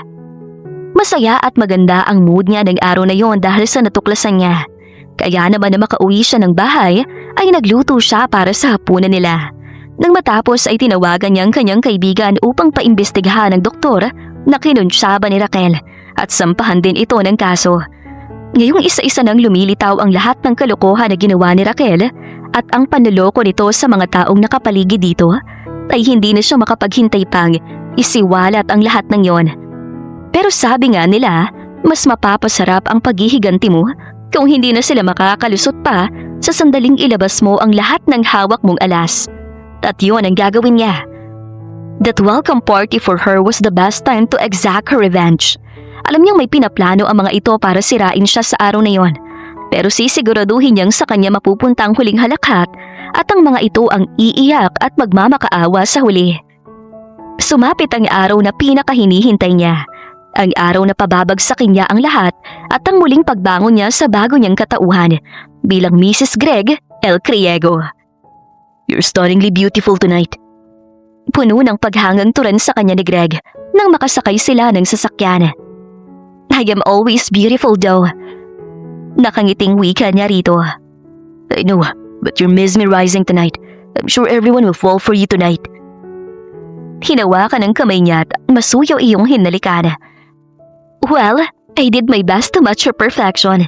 Tayo kung dagdagan pang masamang impresyon ng mga tao sa akin. Natatawang wika niya at inihilig ang ulo sa matikas nitong dibdib. Naramdaman naman niya ang masuyong paghagod nito sa likod niya. Are you really bothered by that? Of course I don't, but I feel ashamed sometimes. You know, sabi niya rito at ipinikit ang mga mata panandalian. Naramdaman niya ang mas paghigpit ng yakap ni Greg na para bang sinasabi sa kanya na kahit anuman ang mangyari ngayong gabi ay susuportahan siya nito at hindi iiwan. Pagbaba pa lang nila ng sasakyan, agad silang sinalubong ng magkabilang kislap ng mga kamera. Dahil sanay siya sa mga ganoong okasyon ay hindi siya nahirapan sa pagharap sa mga reporters. Ngunit ang hindi niya lang napaghandaan ay ang presensya ni Greg sa tabi niya na hindi siya pinakawalan at nanatiling nasa bewang niya ang isang braso nito hanggang sa makapasok sila sa loob ng venue. Kaagad namang natuon ang pansin ng lahat sa kanya. At kahit hindi niya isa-isahin na tingnan ng mga ito, ay alam niyang kanya-kanyang panguhusga at pangungutya ang ibinibigay na tingin ng mga ito sa kanya. Lalo pat, halos lahat ng naroon ay alam ang namumuong rivalry ng magkabilang pamilya. Gayunpaman ay taas noo at nakangiti niyang binati ang mga ito. Hindi na siya naaapektuhan sa mga yon dahil hindi na magtatagal ay lalabas din ang buong katotohanan at lahat ng mga ito ay maiintindihan ang kanyang ginawa. Are you okay? Don't worry, hindi ako magpapaapekto sa mga nakikita ko at naririnig. Nakangiti niyang sagot dito. That's my woman. Hold your head high at kahit anong mangyari ay walang sino man ang mga anghas na manggulo sa iyo ngayong gabi. Sabi pa nito at pasimpleng hinalikan siya sa gilid ng ulo. Hindi niya naiwasang pamulahan ng pisngi sa ginawa nito at dahil hindi niya inaasahan ang ginawa nito ay hindi niya naitago ang muka sa mga naroon. At last, you're here. Napalingon sila ni Greg nang marinig ang masaya at malakas na boses ni Don Victor. Palapit ito sa kanila at bakas sa mukha nito ang pagyayabang at hindi kababakasanin kahit na anong pagkapahiya ang mukha nito. Halatang ipinapakita sa lahat na wala itong tutol sa relasyon nila ni Greg. Stunningly gorgeous, Iha. Puno ng paghangang bulalas nito sa kanya at niyakap siya bilang pagbati. Gusto niyang matawa dahil halos yun din ang sinabi sa kanya ni Greg kanina nang makita siya. Tunay niyang mag-amang mga ito. Thank you, Dad. Malugod niyang wika rito at gumanti ng yakap, ngunit hindi rin naman iyon nagtagal dahil pumagit na si Greg at masuyo siyang inilayo sa ama nito. Nagtataka siyang napatingin dito, habang ang ama naman nito ay malakas lang na tumawa. Inakay sila nito sa mesang para sa kanila at ipinakilala sa mga kaibigan nito at kasosyo sa negosyo. Ilang sandali pa ay umakyat na ang MC at nagsimula na ang okasyon na iyon. Hanggang sa dumating ang punto na tinawag na nito si Don Victor upang magsalita at i-anunsyo sa lahat ang buong puso nitong pagtanggap sa kanya bilang manugang nito. Nang gabing yun ay hindi maitago ni Alessa ang totoong kasiyahan na nararamdaman niya. Dahil sa kabila ng alam ng mag-amang totoo niyang pakay sa mga ito, ay nagawa pa rin siyang tanggapin ang mga ito at ipakilala sa lahat. Kung sana lang ay ganoon lang ang tunay niyang mga kadugo. Ngunit ganoon nga siguro talaga ang buhay. Kung sino pa ang mga itinuring mong pamilya na sila pa minsan ang unang mananakit at magpapabagsak sa iyo. Kinabukasan ay laman ng mga balita ang pagpapakilala sa kanya ni Don Victor. Kumalat ang balitang ikinasal siya kay Greg L. Criego. Ngunit iba-iba ang naging laman ng mga lumabas na balita. Lalo pa at halos araw-araw ay ipinamumukha ni Raquel at ni Alan ang nangyari sa kanya. At kasabay din ng balitang yon ay ang muling paglitaw ni Raquel sa isang programa sa telebisyon kung saan wala itong ginawa kundi sirain ang kanyang pangalan at reputasyon. Your sister really hates you, ha? Sabi sa kanya ni Greg na kasama niyang nag-aalmusal habang nanonood ng news. She's not my sister. That's her last appearance on TV. Kaya hayaan na muna natin siyang mag-enjoy. Later, she's going to go crazy and bad. Sigurado ka bang hindi mo ko kailangan mamaya? You know, pwede kong i-cancel ang mga lakad ko para samahan ka. Sabi nito sa kanya. This matter is between them and me. Please don't get me wrong. Malaki ang pasasalamat ko sa tulong na ibinigay mo sa akin para maipon ko ang lahat na kailangan ko para tuluyang makaganti. Pero laban ko to at gusto kong gawin to mag-isa. Paliwanag niya rito. Ngumiti si Greg at hinaplos ang pisngi niya. Nagpatuloy sila sa pagkain habang pinapanood ang interview ni Raquel. Sa loob-loob niya ay gusto niyang matawa dahil sa nakikita niyang paninira nito sa kanya. Parang hindi na siya makapaghintay pang makita ang mukha nito kapag inilabas na niya ang lahat ng hawak niya laban dito. Pagkatapos nilang kumain ay sabay silang pumasok ulit sa kanilang kwarto at sabay na naligo. Hindi rin naman nagtagal ay lumabas na silang pareho, handa nang umalis ng bahay. Mag-ingat ka sa pagmamaneho, okay? I will, and you should too. Tawagan mo ko kapag kailangan mo ko, and I'll be there with you in an instant. Nakangiting sabi nito at dumukwang upang halikan siya. Natigilan siya saglit ngunit naiilang na napangiti dahil muli na naman siya nitong binigla at wala na naman siyang nagawa kundi ang tingnan lang ito. Hanggang kailan mo babalak tagulatin ako sa ginagawa mong yan? Wala sa sariling tanong niya rito. Hanggang sa masanay ka na at hanap-hanapin mo ko at mga ginagawa ko. Nakangising wika din ito sa kanya, saka muling lumapit sa kanya at masuyo siyang hinalikan sa noo. Take care. Dahan-dahan itong isinara ang pinto ng sasakyan niya at saka pa lang niya binuhay ang makina ng kanyang sasakyan. Muli siyang nagpaalam dito bago tuluyang lumabas ng garahe. Ngayong araw niya balak simula ng kanyang paghihiganti. Sapat nang ibinigay niyang panahon sa mga ito para sirain ang kanyang pangalan at reputasyon. Magkikita sila ngayon ni Isha para ituloy ng pagsampa niya ng kaso kay Raquel. Sa pagpapanggap nito at pag-agaw ng identity niya bilang totoong tagapagmana ng mga Villapuerte, may warrant na ring nakahanda para dito at sa kasabot nitong doktor sa pagpepeke ng resulta ng DNA test. Pagdating niya sa opisina ng kaibigan niya, ay nadatnan niya itong may kausap sa telepono at nang marinig niyang pinag-uusapan ng mga ito ay napangiti siya. nalaman niyang naaresto na si Raquel at nasa kustodiya na ng mga pulis. Timing ang pagdating mo ah. Kausap kong kaibigan kong isa sa mga humuli kay Raquel at pinapupunta tayo dahil wala raw katotohanan ng akusasyon natin. Maging ang daddy mo ay naroon at bahala ka rin kasuhan dahil sa panggugulo mo. Sa korte na kami magkikita. Malino naman ang ebidensya na ibinigay mo sa mga pulis, hindi ba? Besides, umamin na rin naman ang kasabwat niya. Kaya hayaan mo silang magdemanda. Patay mali siyang sagot niya rito. Mamayang 10:00 ang umpisa ng pagdinig at kaya siya nag-request ng warrant of arrest na para masiguro lang na pupunta ang mga ito sa hearing at haharapin siya. Doon sila magtutuo sa harap mismo ng batas at yun ang panlaban niya na walang kahit sino man ang pwedeng kumontra. 15 minutos bago mag 10:00 ay dumating si Alessa sa korte kasama ang kanyang abogado. Nang makita niya ang maraming reporter na nakaabang sa labas ng korte, ay alam niyang nasa loob na si Raquel. Gustong gusto talaga ng babaeng yun na siya lagi ang sentro ng atensyon ng lahat. Natatawang wika ni Isha habang nakatingin sa mga reporters. That's true. Iniisip niya siguro na makakalusot pa siya at ang kadramahan niya pagkatapos ng araw na to. Nakangising wika din niya. Sabay silang bumaba ng sasakyan at naglakad papasok ng korte. Sinalubong sila ng mga reporter. Ngunit gano'n na lang ang gulat niya nang may ilang kalalakihan ang humarang sa mga ito at inescortan sila papasok. You hired them? Kunot noong tanong niya rito. Hindi. Yun din sanang itatanong ko sa iyo eh. Nagtatakang sagot nito sa kanya. Ipinilig niya ang kanyang ulo at isang tao ang sumagi sa kanyang isip.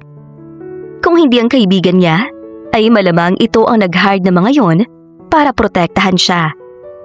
Wala sa sariling napangiti siya at naramdaman niya na tila may kumikiliti sa kanyang puso sa ginagawa ni Greg. Mukhang may ideya ka na kung sino nag-hire sa kanila. Nanunog yung wika ni Isha sa kanya. I still can't believe na nagawa mo magpakasal sa itinuturing mong kaaway noon. Well, life is full of surprises. Hindi ko rin inaakala na pagkakaroon kami ng ganitong pagkakataon. Yeah, right. Ako kaya kailan makakahanap ng knight in shining armor ko? Kailangan ko rin bang danasin ng maging damsel in distress? Biro nito. Tinawanan niya lang ito at nagpatuloy lang sila sa paglalakad hanggang sa tuluyan silang makapasok sa courtroom. Agad na natuon sa kanila ang mata ng mga naroon at hindi pa man sila nakakalapit sa upuan nila ay hinarangan na siya ng umiiyak na si Raquel. Hindi ko akalain na aabot sa ganitong inggit mo sa akin, ate. Hindi ka pa ba masaya sa kalagayan mo ngayon? Puno ng hinanakit na tanong nito sa kanya. Napasinghal siya ng tawa sa kanagsalita.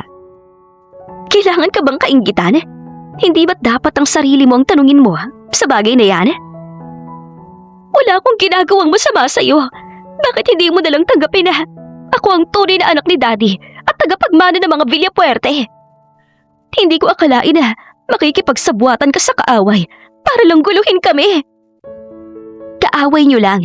Hindi ba't kaaway na rin ang tingin niyo sa akin? Simula nang itakwil ako ng pamilyang itinuturing mong sayo? Sabi niya at lumapit pa rito sa kamuling nagsalita. Bistado na kita, Raquel. Hinayaan kitang enjoyin ang lahat ng bagay na inagaw mo sa akin. Hinayaan kitang sirain ako at mabagsakin. Nanahimik ako. Hindi dahil nagtagumpay ka sa mga plano mo, kundi dahil nag-iipon ako ng mga ebidensyang magagamit ko para ilabas ang nabubulok mong pagkatao. Lumayo ka sa akin! Sigaw nito at malakas siyang itinulak. Nang akma siya nitong sasampalin, ay mabilis niya itong napigilan at isang malakas itong sinampal. Narinig niya ang pagbubulungan ng mga naroon at ang galit na boses ng kanyang ama na lumapit sa kanila. Tuluyan ka na talagang nabaliw, Alessa. Sisiguraduhin ko na sa kulungan ka pupulutin pagkatapos ng araw nito. At kahit magmakaawa ka at umiyak ay, hindi ako papayag na hindi mo pagbayaran ang panggugulo mo sa pamilya ko. Galit na singhal nito sa kanya. Let's see about that. Tingnan natin kung sino ang magmamakaawa sa huli. Palaban niyang pangahamon dito. Umagitna na ang mga pulis sa kanila at inilalayan na si Raquel pabalik sa upuan ng mga ito. Saka lang niya napansin na hindi kasama ng mga ito si Alan. Parang naalog yata utak ng babaeng yun sa lakas ng sampal mo, girl. Look at her. Natulala na. Bulong sa kanya ng kaibigan niya. Sinundan niya ito ng tingin at nakitang nakatulala lang sa kawalan si Raquel. Ilang sandali pa ay pumasok ng Wes. Nagsimula ang pandinig at isa-isa silang tinanong at hininga ng panig. Walang ibang ginawa si Raquel kundi ang umiyak lang at sabihing walang katotohanan ng lahat ng binibintang niya. Habang siya naman ay isa-isang isinumiti ang mga ebidensyang hawak niya. Ang totoong resulta ng DNA test na ipinakita ni Raquel noon sa kanyang ama. Ang testimonya ng doktor na kasabwat nito. Ang mga screenshots ng palitan ng mensahe ng dalawa at ang transactions ng mga ito at pinakamalaking pasabog na hawak niya. Ang totoong ina nito na sangkot sa pagnanakaw at korupsyon sa loob ng Villapuerte Empire. Nasa kalagitnaan siya ng pagsisiwala tungkol sa pagsasabwatan ni Raquel at ng ina nito nang bigla na lang sumigaw si Raquel at magwala. Hindi totoo ang sinasabi ng babaeng yan. Hindi ko kilala ang babaeng tinutukoy niya at mas lalong hindi ko siya tunay na ina. Gumagawa lang yan ng kwento dahil hindi niya pa rin matanggap na sa akin mapupunta ang lahat ng kayamaan ng mga Villapuerte. Order in the court. Malakas na sigaw ng husgado, ngunit parang walang narinig si Raquel at patuloy lang sa pagsigaw at pagwawala.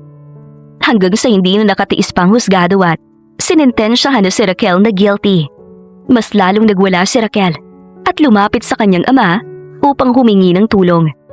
Ngunit isang malakas na sampalangang inibigay ng kanyang ama sa babae. Tahimik lang niyang pinanood ang mga ito na gumagawa ng eksena at ipinapahiya ang mga sarili sa harap ng maraming tao. Dad, huwag mo sabihin naniniwala ka sa sinasabi ng babaeng yan? Natitilihang wika ni Raquel habang hawak ang pisngi nitong sinampal ng kanyang ama. Walang hiya ka. Pinaniwala mo kung ikaw ang tunay kong anak. Pagbabayaran mong lahat ng ginawa mong panluloko sa akin at sa pamilya ko. Sisiguraduhin kong magsasama kayo na walang hiya mong ina sa kulungan. Madilim ang anyo at galit na singhal nito sa kanya. Dad, you can't do this to me. Maniwala ka sa akin. Akong tunay mong anak at... Shut up! Hindi mo na mabibilog ang ulo ko. Lumayo ka sa akin at hindi kita anak. Dahil sa'yo, nasirang magandang samahan namin ng anak ko. Singhal pa nito at malakas na itinulak si Raquel. Ikulong nyo na yan. Sigaw pa nito sa mga pulis na nakaalalay kay Raquel. Sumisigaw pa si Raquel at nagmamakaawa sa kanyang ama habang papalabas ng courtroom. Bumaling ito sa gawin niya at nagbago bigla ang anyo nito. Bigla itong naging mabagsik at nanlilisik ang mga matang malakas siyang minura. Walang hiya kang babae ka? Kasalanan mo lahat ng to, Alessa. Sinira mo ang buhay ko. Sinira mo ang mga plano ko. Hindi pa tayo tapos. Babalikan kita, taagawin ko ulit sa iyo ang lahat ng meron ka. Uumpisan ko sa asawa mo. Aakitin ko siya kagaya ng pang-aakit ko sa walang kwenta mong fiancé. Humanda ka, dahil sa pagbabalik ko, aagawin ko pati ang pagkatao mo. Sigaw nito sa kahumalakhak ng malakas. Marahas siyang napabuntong hininga at napailing na lang.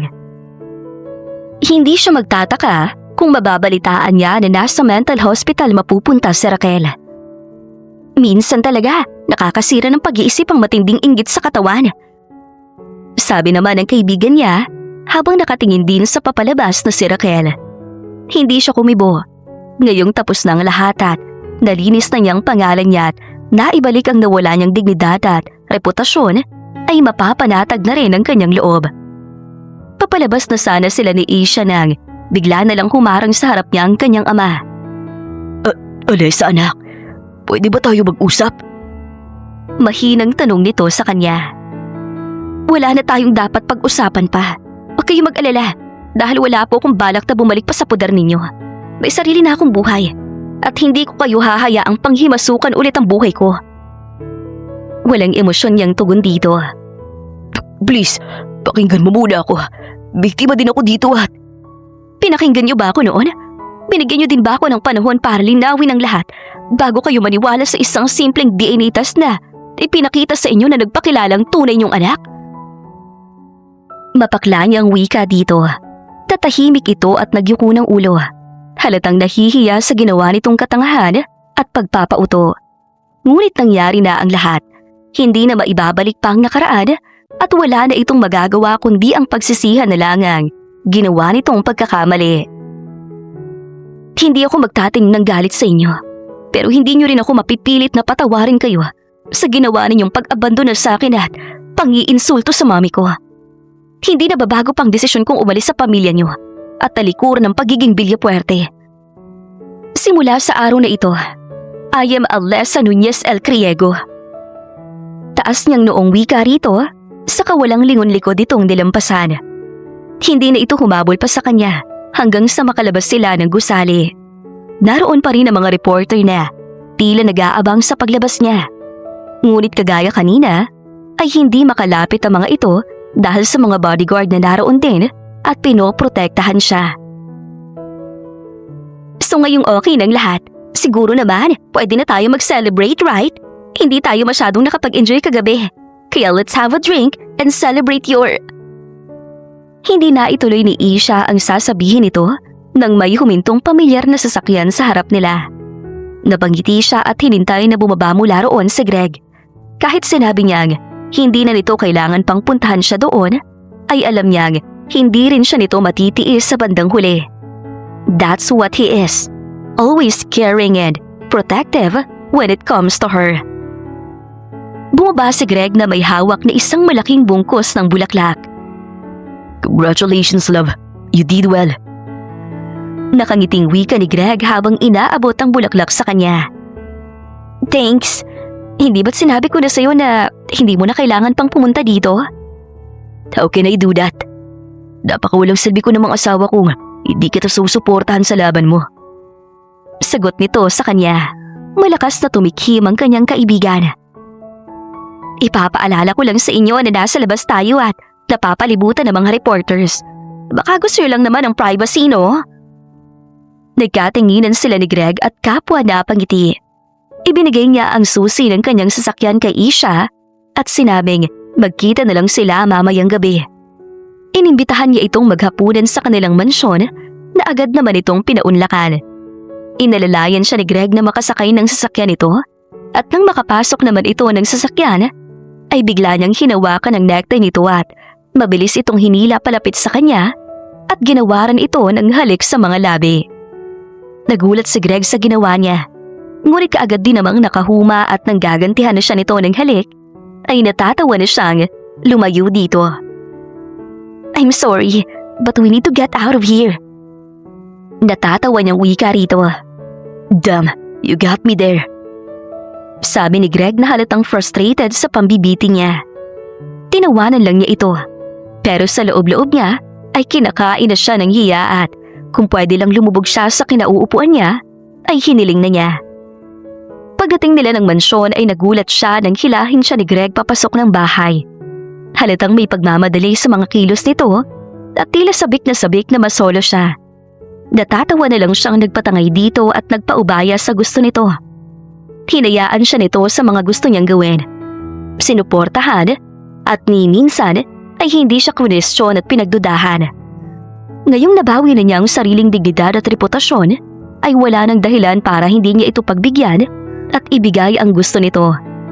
Hindi pa man sila tuluyang nakakapasok sa kanilang kwarto ay kaagad siyang siniil ng halik ni Greg. Mapusok iyon at puno ng pananabik. Ramdam niya ang matinding pangangailangan nito na para bang napakatagal nitong tiniis at ikinubli. Why are you in such a hurry? We've got plenty of times for ourselves. Hindi niya napigilang turaan ng maghiwalay ang mga labi niya. I've been waiting for this moment, kaya wala akong dapat sayangin na oras. Pili yung sagot nito at walang kahirap-hirap na kinarga sa kamuling siniil ng halik ang mga labi niya. Sa ilang araw na pagsasama nila ni Greg ay hindi niya maiwasang bumilib sa pagtitiis nitong huwag siyang galawin. Kahit na magkatabi silang matulog ay sapat na rito ang yakapin siya at halikan sa mga labi. Nang una ay ipinagpasalamat niya ang bagay na yon. Dahil ibig sabihin ay wala itong interes sa kanya maliban sa ibinigay niyang kasunduan dito. Ngunit habang tumatagal ay kine-question na niya ang kanyang sarili kung wala ba talaga siyang epekto sa lalaki. Ilang beses niyang sinubukan ito at pasimpleng inaakit. Pero sa huli ay lagi nitong nakokontrol ang anumang pagnanasa na meron ito para sa kanya. At saka lang din niya napagtanto ang matinding respeto nito sa kanya. Nang sabihin nito na handa itong maghintay hanggang sa makamit niya ang paghihiganti niya. Nang araw na yon ay paulit-ulit nilang pinagsaluhan ang mainit na paglalapit at pag-iisa ng kanilang mga katawan. Sinusulit ang ilang araw na dapat sana ay honeymoon nila. At ang pagsapit naman ng gabi ay dumating si Don Victor at ang kanyang kaibigang si Isha upang i-celebrate nila ang kanyang simpleng tagumpay. Ang buong akala ni Alessa ay hindi na siya guguluhin pa ng kanyang ama pagkatapos ng kanilang naging pag-uusap kahapon sa korte. Pero nagkamali siya. Kinabukasan ay nagpatawag ito ng press con para i-anunsyo ang tungkol sa nangyaring iskandalo at ang panloloko ni Raquel sa kanya at sa buong angka ng mga Villapuerte. Naroon din ang kanyang lolo na halatang kagagaling lang sa mahabang biyahe at harap-harapang pinapagalitan ng kanyang ama. Hindi rin tumitigil sa pagtunog ang kanyang phone at pangalan ng kanyang ama at lolo ang laging lumilitaw doon. Wala ka bang balak sagutin ang tawag nila? Tanong ni Greg na nakayakap sa kanya. Pagkatabi silang nanonood ng telebisyon at pinapanood ang kanyang ama na hindi tumitigil sa pagsasalita. Sinabi ko na kay Daddy kahapon na wala na kaming dapat pag-usapan pa. Sagot niya. Pero mukhang wala silang balak na tigilan ka. Look at them. They're trying very hard to please the people who believe they're victims too. Sabi nito sa kanya. Huwag mo na silang alalahanin pa. May nakahanda na akong plano para sa kanila. Kung sakaling gawin nila to. Nakangising wika niya at ipinulupot ang mga kamay sa bewang nito saka humilig sa matikas nitong dibdib. Anong plano? Tanong nito. Magre-release ng statement si Isha ng tungkol sa pagtalikod ko bilang tagapagmana ng mga Villapuerte. Sagot niya rito. Sigurado ka ba sa gagawin mo yan? Di ba't kaya ka na plano na paghihigantihan? Pubayag na pakasalan ako ay para mabawi mong lahat ng inagaw sa'yo? Tanong ni Greg sa kanya pagkalipas ng ilang sandaling pananahimik nito. Nang mawala sa akin ang lahat ay isang bagay ang napagtanto ko. Mas mahalaga ang malinis na reputasyon at dignidad kaysa sa anumang makikinang na bagay at karangyaan. Mababawi mo pang kayamanang nawala sa'yo. Ngunit hindi ang dignidad at reputasyon mo. Sagot niya rito. Hindi ba't mas masarap mamuhay na malinis ang konsensya mo kaysa ang magpakasasa ka sa mga material na bagay na alam mong hindi mo naman pinaghirapan at hindi galing sa sariling sikap mo? They turned me down, threw me away, and humiliated me. Pero ang hindi nila napagtanto, na may sapat akong lakas sa talino na pwede kong gamitin laban sa kanila. Yan ang dahilan kung bakit nabigo silang pabagsakin ako. Seryoso niyang turan. Walang kahirap-hirap siyang iniupo ni Greg sa kandungan nito at masuyong hinalikan sa mga labi. I'm really lucky to have you as my wife. That day, when you show yourself in front of me, alam kong pagkakataon ko na yun na mapasakin ka. Kaya naman, wala akong sinayang na panahon para tuluyan kang maangkin. I'm really glad that I did the right thing. Nakangiti nitong wika.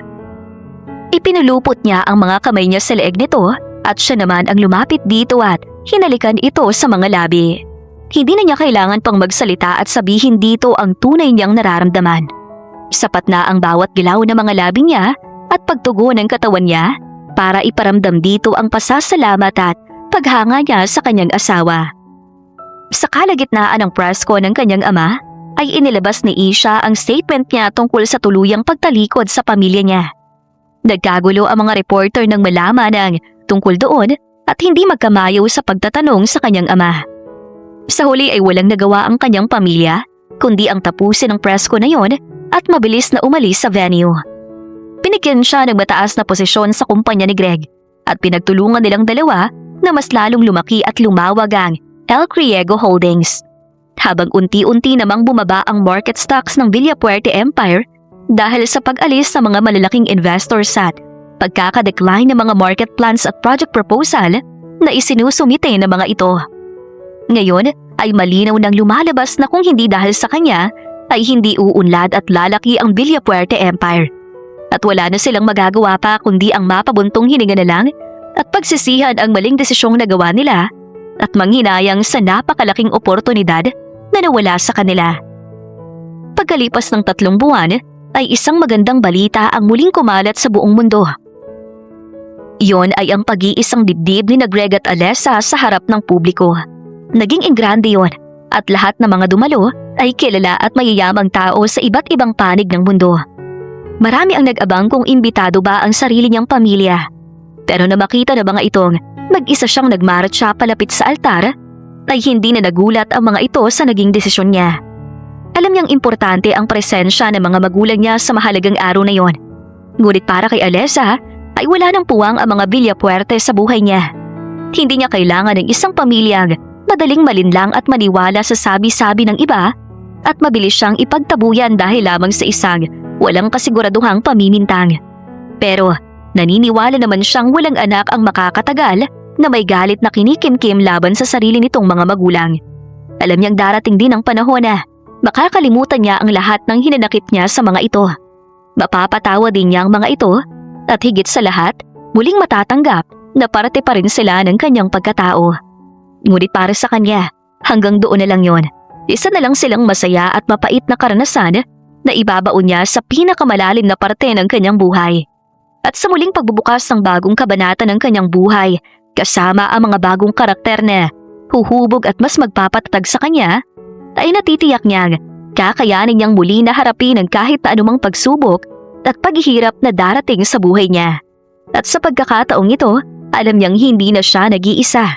Dahil may ibinigay ang Diyos sa kanya na isang taong tapat na magmamahal at mamahalin siya habang buhay. The End.